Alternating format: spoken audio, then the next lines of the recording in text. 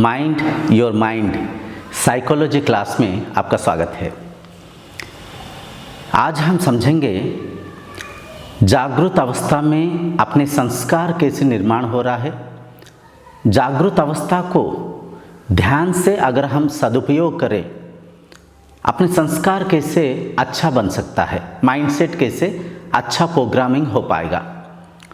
सबसे पहले तो आज के इस क्लास को देखने से पहले पिछली 5th क्लास को देखिए। ये तो छठा क्लास है, इससे पहले जो 5वां क्लास था उसे थोड़ा सा देखिए, क्योंकि पिछले क्लास इस क्लास के आधार है। उसे देखेंगे तो ये क्लास को समझना बड़ा सहज और सरल हो जाएगा। आइए थोड़ा सा पिछले क्लास के बारे में हम थोड़ा सा रिवीजन करके फिर आज की क्लास को हम आरंभ करेंगे। पिछली क्लास में हम समझे थे मन के 3 अवस्था है, जागृत अवस्था, स्वप्न अवस्था, सुषुप्ति अवस्था। जागृत अवस्था में इंद्रियां बहिर्मुखी रहते हैं। स्वप्न अवस्था में वही जागृत अवस्था में अनुभव किया हुआ अनुभवों की स्मृति मस्तिष्क में संग्रहित होकर मन के रूप में संग्रह होकर मन के निर्माण होता है। तो जागृत अवस्था में जो भी स्मृतियाँ मेमोरीज कलेक्टेड होकर मस्तिष्क में मन के रूप में है, वही विचार स्वप्न अवस्था में मन वही विचारों को चला रहा है। मन मनन कर रहा है, मन चिंतन कर रहा है। उसी विचार को साक्षी भाव से, उसी विचार को मन के दृष्टा के भाव से मैं देख रहा हूँ। स्वप्न अवस्था में मैं कॉन्शियसनेस हूँ, मैं दृष्टा हूँ, मैं एक्सपीरियंसर हूँ। एक्सपीरियंसर रूपक मुझ में ड्रीम स्टेट एक्सपीरियंस हो रहा है, मन में विचार चल रहा है। जो तृतीय अवस्था, तीसरा अवस्था था सुषुप्ति अवस्था, उस अवस्था में मन मौन है, मन में कोई विचार नहीं है। तो इसके जरिए हम इस बात को समझ पाए थे, परख पाए थे। जागृत अवस्था बड़ा अच्छी अवस्था है। जागृत अवस्था से ही मन के निर्माण हो रहा है, जागृत अवस्था से ही संस्कार के निर्माण हो रहा है। तो आज के क्लास की मुख्य उद्देश्य ये है, जागृत अवस्था को हम कैसे प्रॉपरली यूटिलाइज करेंगे, कैसे सदुपयोग करेंगे, जिसकी परिणाम प्रतिफल स्वरूप मन में अच्छा संस्कार निर्माण होगा, मन में शांति आनंद निर्माण होगा, अपने चरित्र सुमार्जित हो पाएगा। चरित्र मतलब क्या? कैरेक्टर। तो ठीक है, देखिए यहाँ पे 2 बातों को ध्यान में बिल्कुल बिठा दीजिए, मन में बिल्कुल इस बात को बिठा लीजिए। 2 बात है, एक है प्रिय पदार्थ, दूसरा श्रेय पदार्थ। 2 पदार्थ है, ठीक है जी। प्रिय पदार्थ मतलब जो हमें अच्छा लग रहा है, जो खाना हमें खाने के लिए अच्छा लगता है, मेरे फेवरेट फूड बोलते हैं।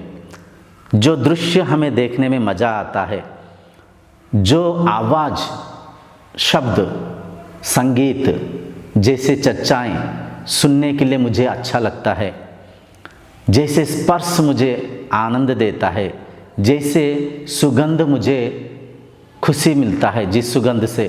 तो ये सब मतलब मेरा माइंडसेट के अनुसार जो चीज़ होता है, फिर मुझे बड़ा खुशी लगता है, मेरा वो चीज़ बड़ा प्रिय है। Favourite food, favourite hero, favourite cinema, favourite dress, ठीक है जी, फेवरेट आइडियल। देखिए ये सब क्या फेवरेट मतलब मुझे जो अच्छा लग रहा है, इंद्रियों के माध्यम से जो अनुभव मुझे आनंद दे रहा है, मेरे माइंडसेट के अकॉर्डिंग, मेरे नज़रिया के आधार पे, मेरे माइंड की प्रोग्रामिंग के मुताबिक जो चीज़ मुझे अच्छा लग रहा है उसे प्रिय पदार्थ कहते हैं। ठीक है जी, प्रिय पदार्थ जो कि मेरा प्रिय है, जो अनुभव मुझे अच्छा लगता है। दूसरा श्रेय पदार्थ। श्रेय पदार्थ मतलब क्या है? श्रेष्ठ पदार्थ। श्रेष्ठ पदार्थ वो जो मेरे लिए अच्छा है, जो मेरे लिए श्रेष्ठ है, जो मेरे लिए हितकर है, अच्छा है। ठीक है जी।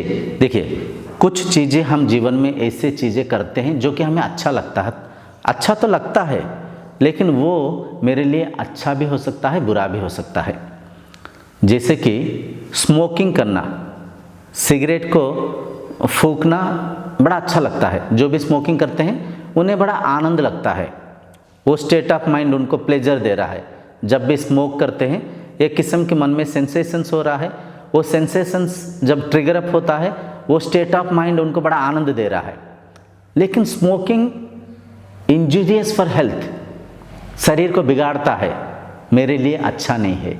तो स्मोकिंग मेरा प्रिय होने के बावजूद स्मोकिंग श्रेष्ठ नहीं है, स्मोकिंग श्रेय नहीं है। तो यहाँ पे परखना चाहिए।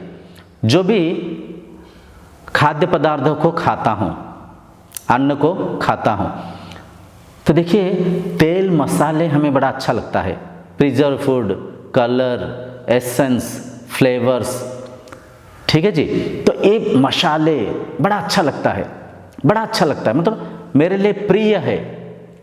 इस प्रिय की मन के स्थिति को, इस प्रिय रूपक संवेदनाओं को अनुभव करने के लिए आज मनुष्य कुछ भी खा लेता है, कुछ भी, उटपटांग से कचड़ा, प्रिजर्व फूड, कुछ भी खा लेता है।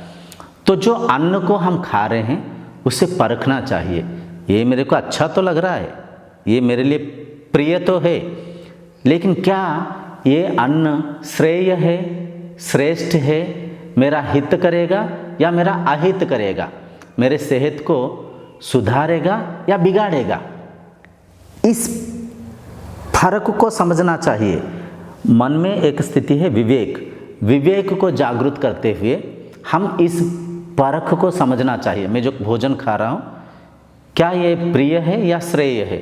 तो अगर श्रेय है उसे ग्रहण करना चाहिए, अगर श्रेय नहीं है, केवल प्रिय है, तो उस प्रिय पदार्थ को फिर धीरे धीरे त्याग करना चाहिए। ठीक है जी। भोजन के बारे में हो गया। हम कई सारे दृश्य को देखते हैं आजकल मोबाइल में, कई लोग उटपटांग से चीज़ें देखते हैं। क्या क्या देखते हैं उसके बारे में व्याख्या करने की आवश्यकता नहीं है, जो भी देखते हैं उनको पता है। ठीक है जी।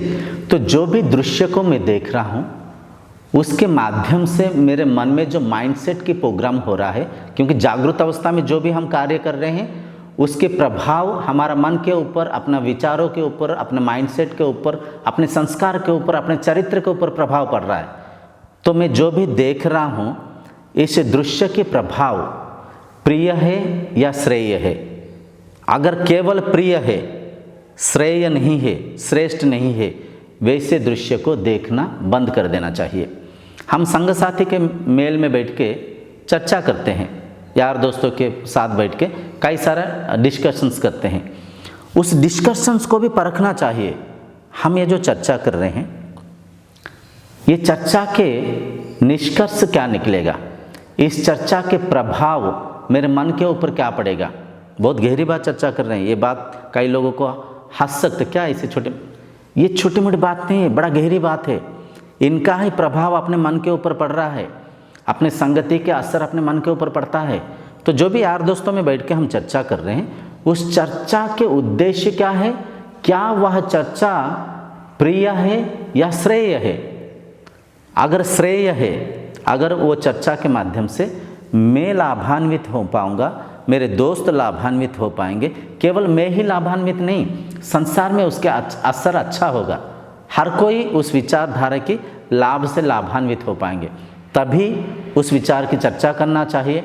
अगर उस विचार में कुछ कमी है, हम कुछ लोभ रूपक विचार को धारण कर रहे हैं, हम कुछ काम चर्चाएं कर रहे हैं, उटपटांग से कोई लड़कियां बैठ के लड़कों के बारे में चर्चा कर रहे हैं, या तो लड़के बैठ के लड़कियों के अंग प्रत्यंग के बारे में चर्चा कर रहे हैं, तो उस काम विचारधारा को परखना चाहिए। इसके प्रभाव मेरे माइंडसेट के ऊपर क्या पड़ेगा, मेरे संस्कार के ऊपर क्या पड़ेगा।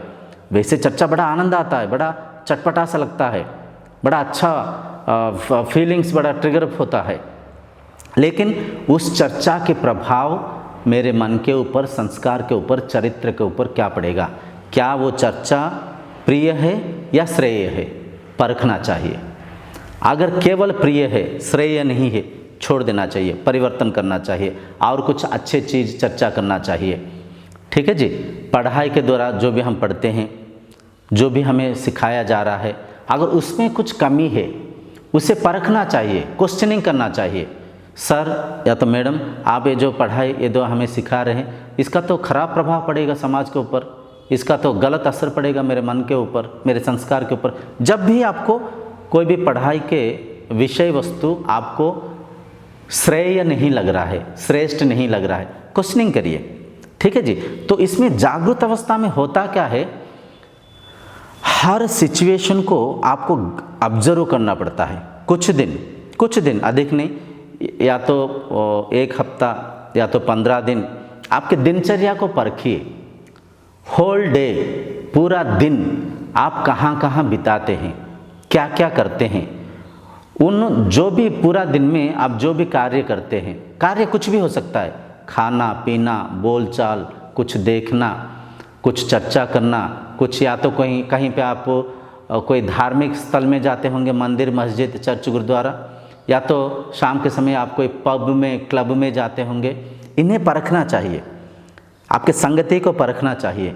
तो पूरा दिन में, पूरा दिनचर्या में आप क्या क्या करते हैं, स्टेट ऑफ माइंड को परखना चाहिए, भौतिक काम कार्य को परखना चाहिए। यहाँ पे एक बात निकला, स्टेट ऑफ माइंड। अगर पूरा दिन में आप अधिक समय गुस्सा हो रहे हैं, तो गुस्सा होना प्रिय है या श्रेय है? ठीक है जी। गुस्से के बारे में, मतलब क्रोध के बारे में हम और एक स्पेशल क्लास में समझेंगे। बस यहाँ पे स्टेट ऑफ माइंड को परखिए। जब आप क्रोध को धारणा करते हैं, आपके मन की स्थिति कैसे होता है?